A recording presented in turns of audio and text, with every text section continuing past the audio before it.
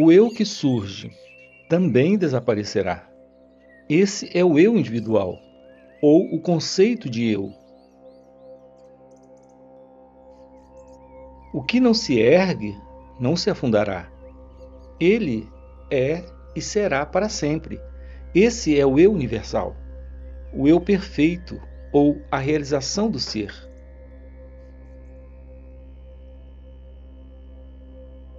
O senhor suíço reclama para Sri Bhagavan que ele fica com dor de cabeça se a meditação se prolonga por algum tempo. Se o meditador e a meditação forem entendidos como o mesmo, não haverá dor de cabeça ou reclamações semelhantes. Mas eles são diferentes. Como devemos considerá-los como o mesmo? Isso é devido à sua perspectiva. Existe apenas um e não há diferenças. Na meditação, a consciência relativa desaparecerá.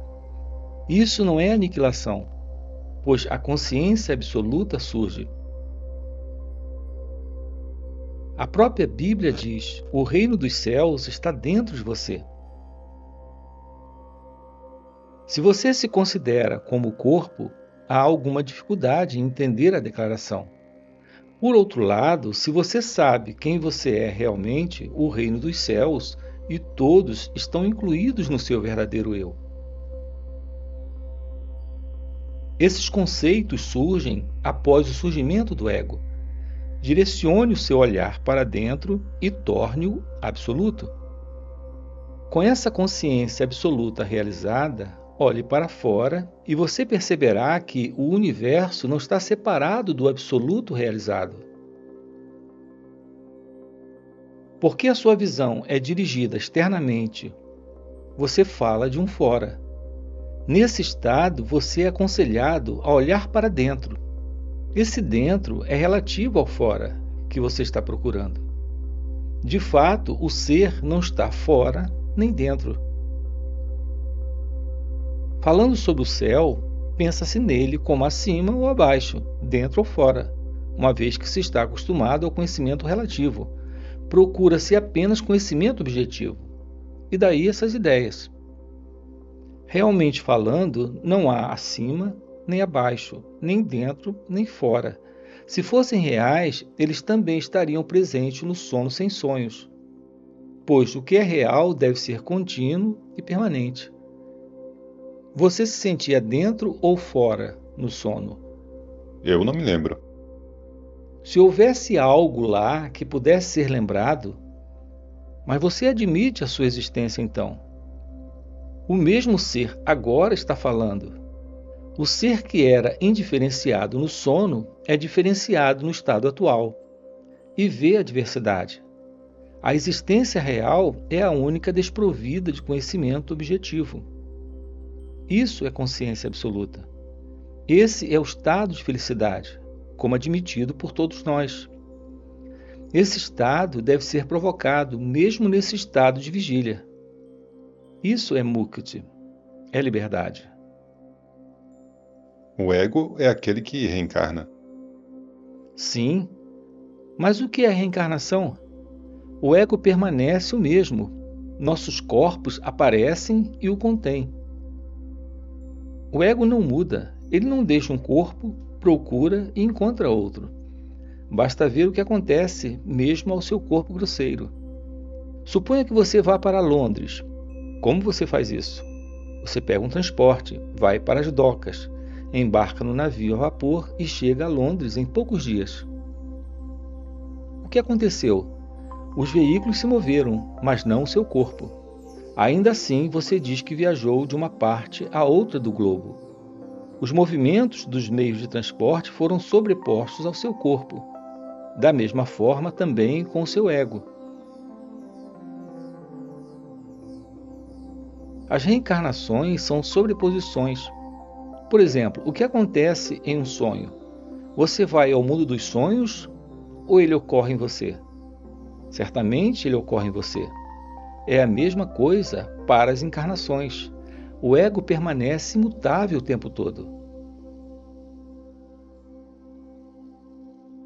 Além disso, não há tempo e espaço no seu sono. Eles são conceitos que surgem depois que o pensamento eu surgiu. Antes do surgimento do pensamento eu, os conceitos estão ausentes. Portanto, você está além do tempo e do espaço. O pensamento eu é apenas eu limitado. O eu real é ilimitado, universal, além do tempo e do espaço. No exato momento do despertar do sono, e antes de ver o mundo objetivo, existe um estado de consciência que é o seu eu puro. Isso deve ser conhecido. Mas eu não percebo isso. Isso não é um objeto para ser percebido. Você é isso. Quem há para perceber o quê? Você diz, conhece a ti mesmo ou veja quem é o eu em você. Qual é a maneira de fazer isso?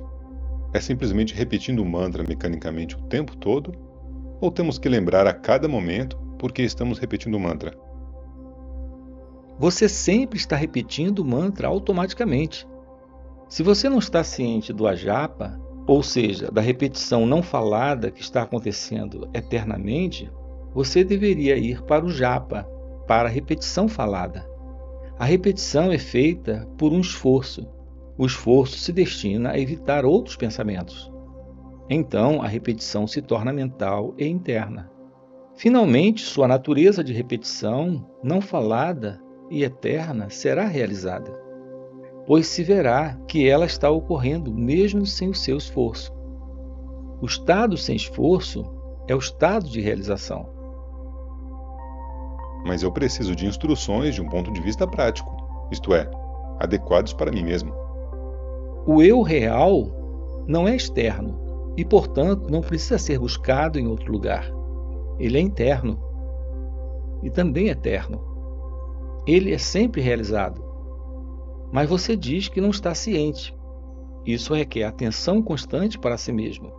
Nenhum outro esforço é necessário.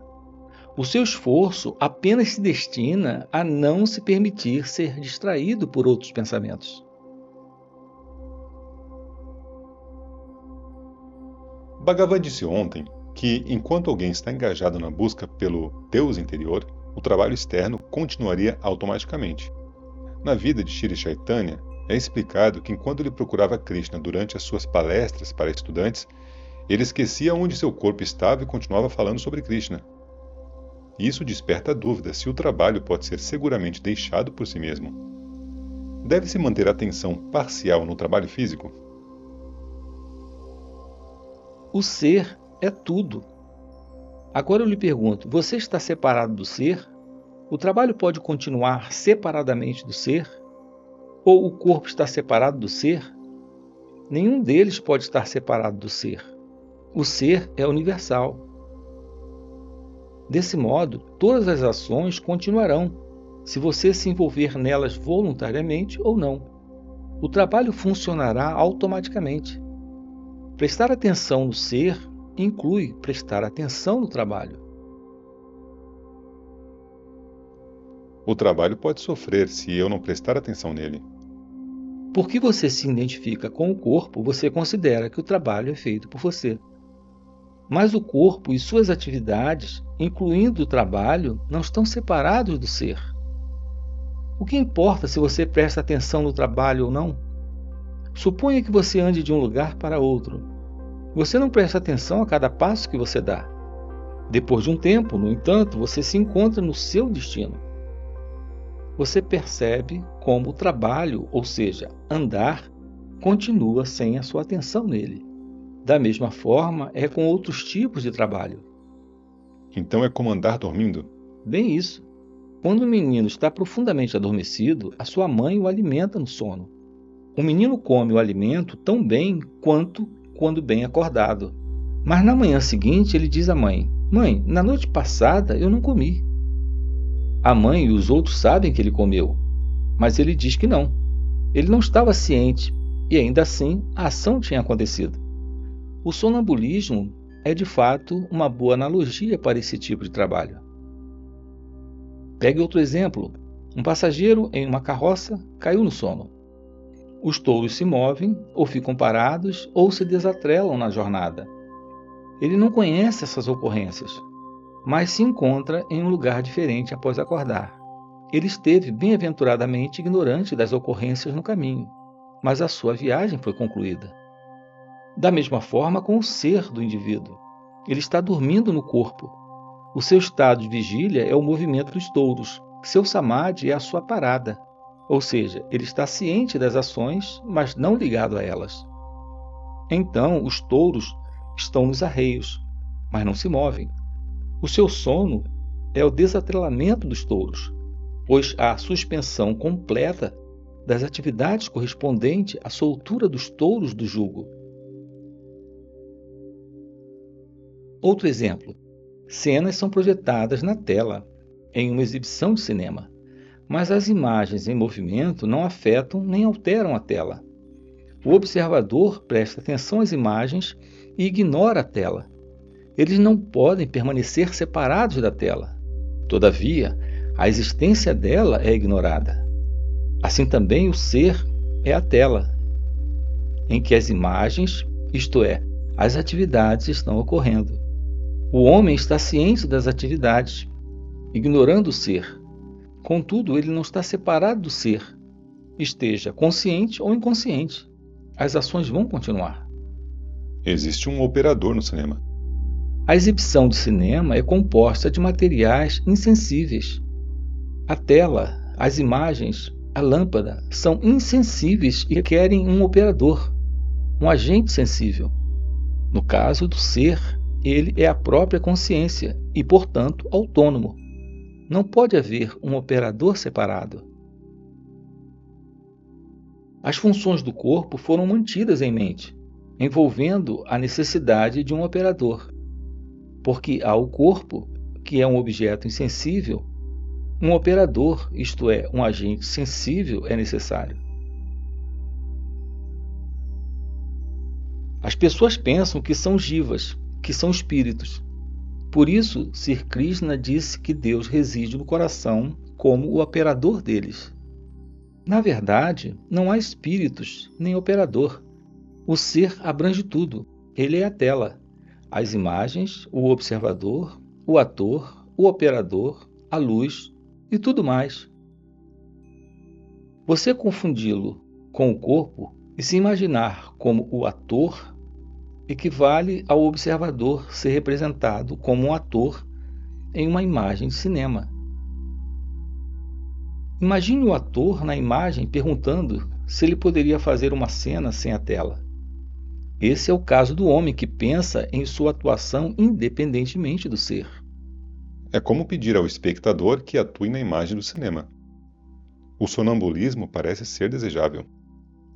Existe a crença de que o corpo rola apenas uma íris para ambos os olhos, para ver algum objeto. Ele tem apenas uma íris, mas duas órbitas. A sua visão é manipulada de acordo com seu desejo. Ou também que o elefante tem uma tromba com a qual ele respira e funciona para beber água também. Além disso, dizem que as serpentes usam o mesmo aparelho para ver e ouvir. Do mesmo modo, as ações e os estados são de acordo com o ponto de vista da pessoa. Vigília de sono, ou sono de vigília, ou sono de sonho, ou vigília de sonho são aproximadamente a mesma coisa. Nós temos que lidar com o corpo físico em um mundo de vigília física. Se dormirmos enquanto o trabalho for feito, ou trabalharmos quando o sono tomar conta de nós, o trabalho dará errado.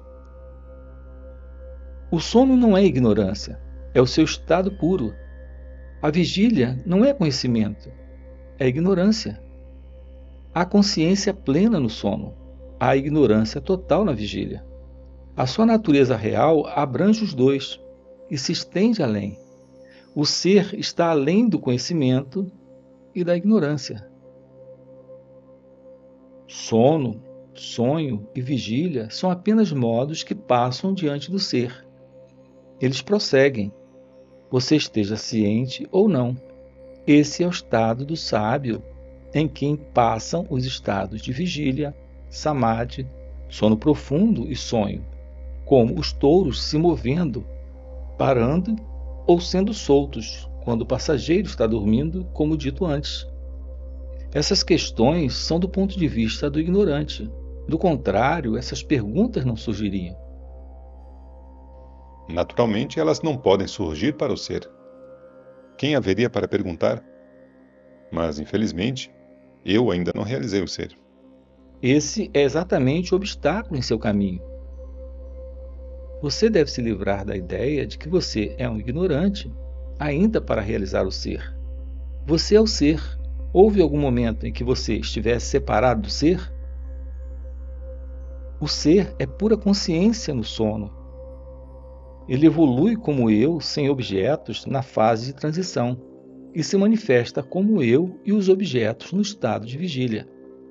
A experiência do indivíduo é apenas por meio do eu.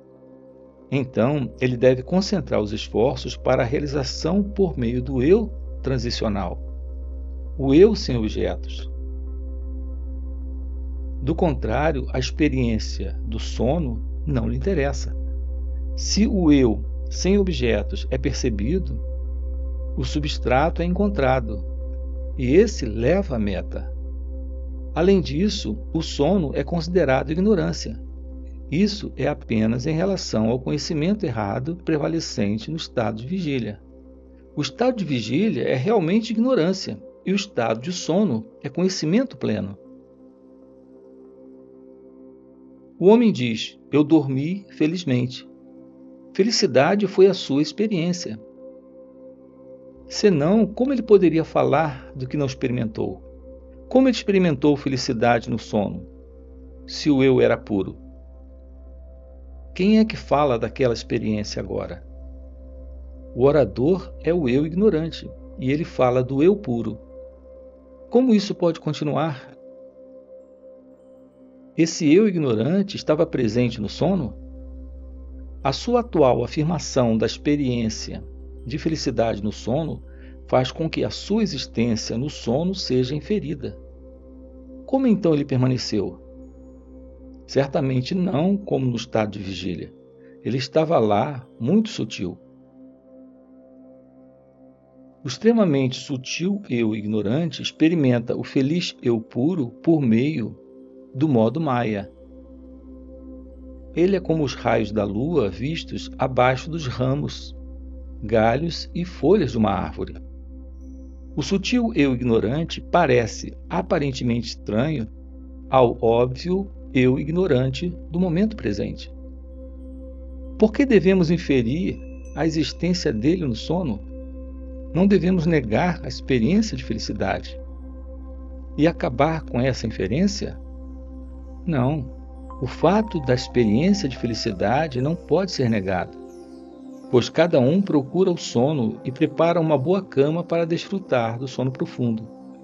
Isso nos leva à conclusão de que o conhecedor, a cognição e o conhecimento estão presentes em todos os três estados, embora existam diferenças em suas sutilezas. No estado de transição, o eu é puro, porque os objetos são suprimidos. O eu predomina.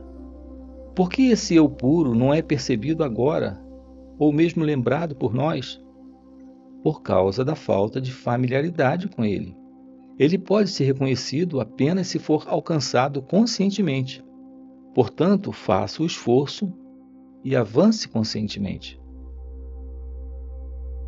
Um dos atendentes perguntou.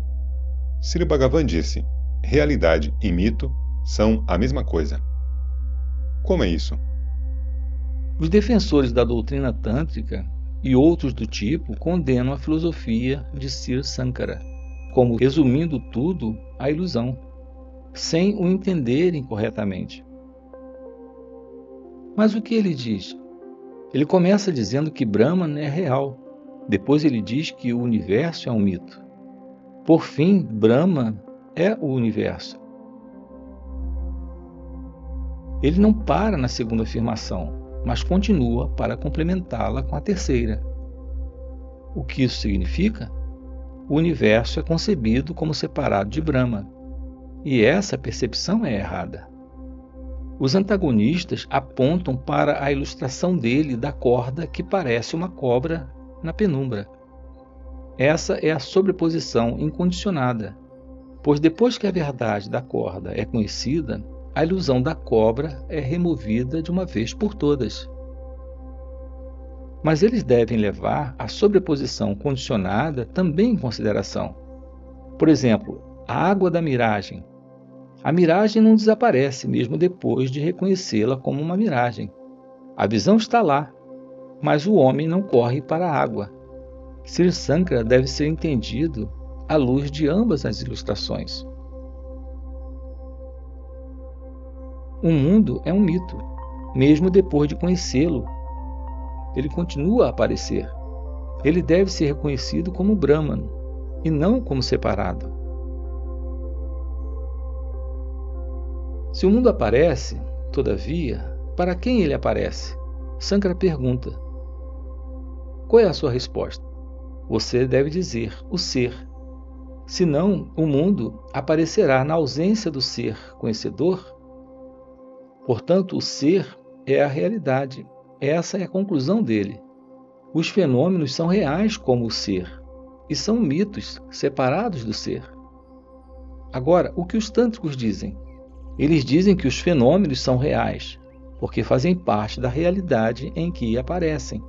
Essas duas declarações não são a mesma? Isso foi o que eu quis dizer com a realidade e a falsidade serem uma e a mesma coisa.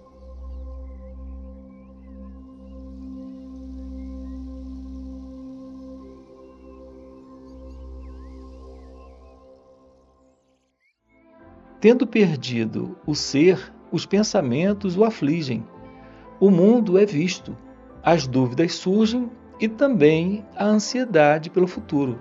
Segure-se firmemente no ser, e esses desaparecerão.